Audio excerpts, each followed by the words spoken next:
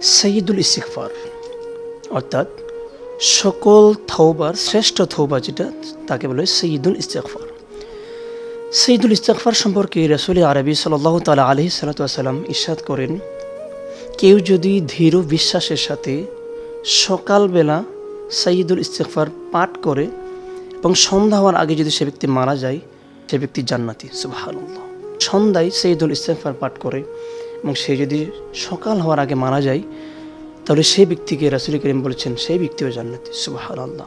করিম সাল্লাল্লাহু আলাইহি সাল্লাম বলেন, আল্লাহ পাক রব্বুল আলামিনের কাছে সবচাইতে প্রিয় সেই ব্যক্তি যে ব্যক্তি প্রতিনিয়ত তওবা করে, সকাল সন্ধ্যা যারা তওবা করে, সেই ব্যক্তি আল্লাহ পাক রব্বুল আলামিনের কাছে অধিক প্রিয়। আর সেই তওবাটি যদি হয় সৈয়দুল ইস্তিগফারের মাধ্যমে, রাসূল করিম তো বলেই দিলেন, যে ব্যক্তি সকালবেলা সৈয়দুল ইস্তিগফার পড়বে এবং সে যদি সন্ধ্যা হওয়ার আগে মারা যায়, সে ব্যক্তি জান্নাতি।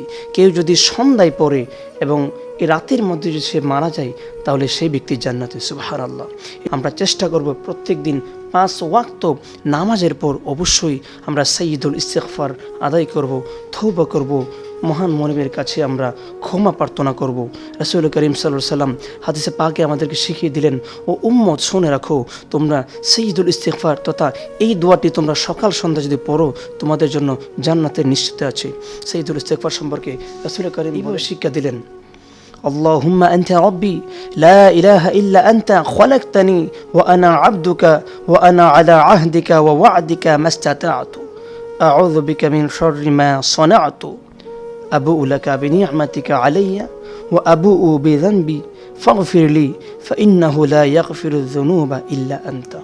আল্লাহ পাক রব্বুল আলামিন আমাদেরকে প্রত্যেক দিন প্রতিনিয়ত ছোট ছোট গুনার জন্য আল্লাহর কাছে তওবা করার এবং আল্লাহর কাছে ক্ষমা প্রার্থনা করার, এই দোয়া করার তৌফিক দান করুন। আমিন। আসসালামু আলাইকুম ওয়া রাহমাতুল্লাহি ওয়া বারাকাতুহু।